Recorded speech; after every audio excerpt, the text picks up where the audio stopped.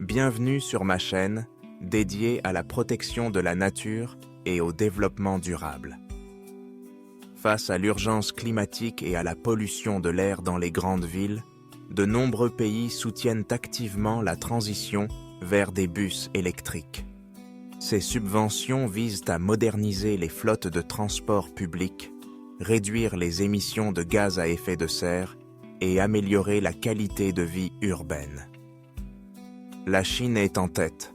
Depuis plus de 10 ans, elle finance massivement l'achat et la fabrication de bus électriques.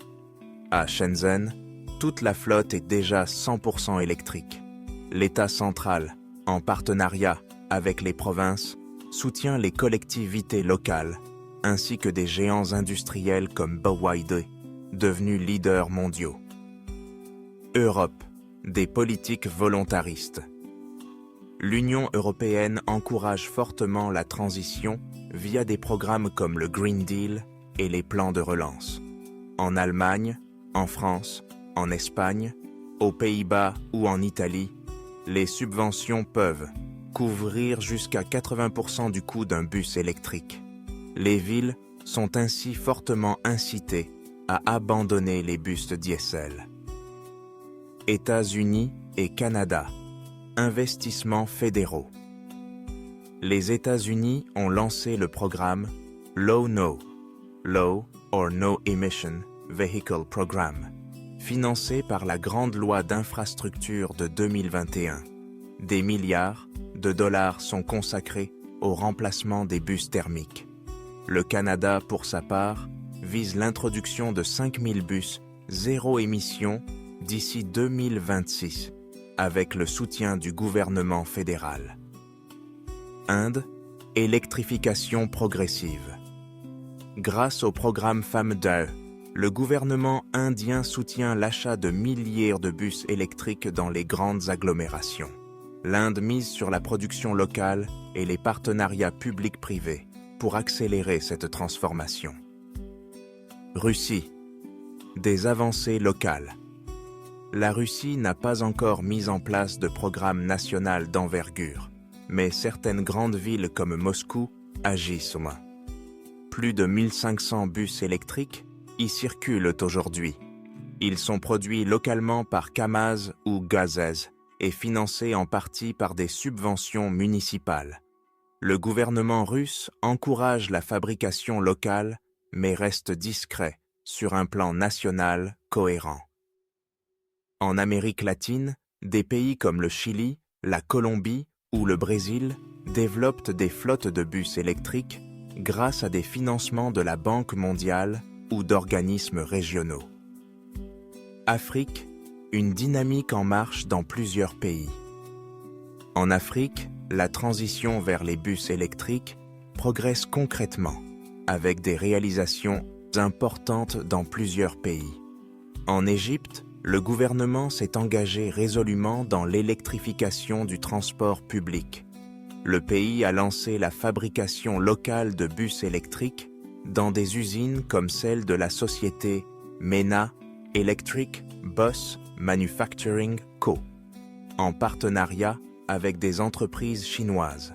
Le Caire a déjà accueilli ses premiers bus électriques et des projets pilotes sont en cours dans d'autres grandes villes, en parallèle à la mise en place d'infrastructures de recharge.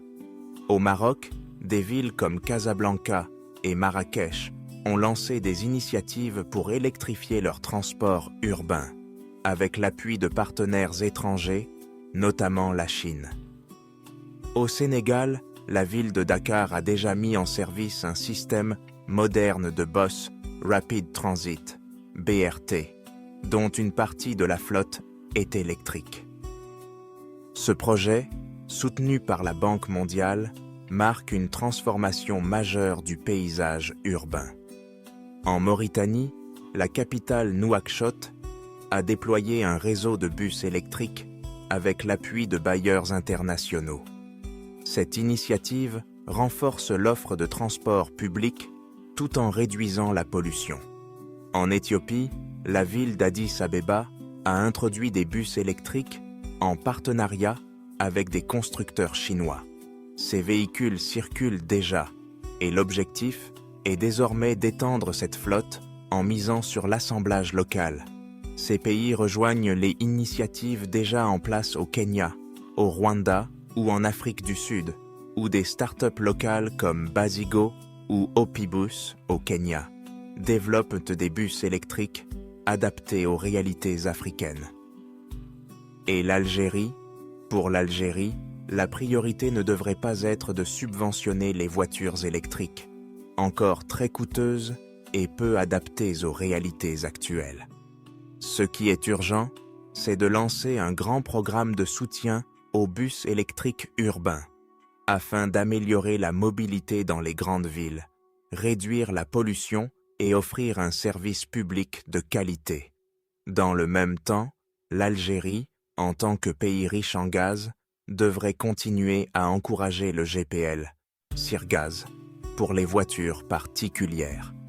C'est une solution économique, moins polluante que l'essence ou le diesel, bien connue des automobilistes algériens et déjà largement utilisée. Conclusion. Subventionner. Les bus électriques est devenu un levier essentiel pour des transports publics propres et modernes. Chine, États-Unis, Allemagne, Inde. De nombreux pays ont compris l'enjeu stratégique de cette transformation. D'autres, comme la Russie ou les pays africains, s'engagent progressivement dans cette voie. Si vous avez aimé la vidéo, pensez à mettre un j'aime et à activer la cloche pour ne rien rater.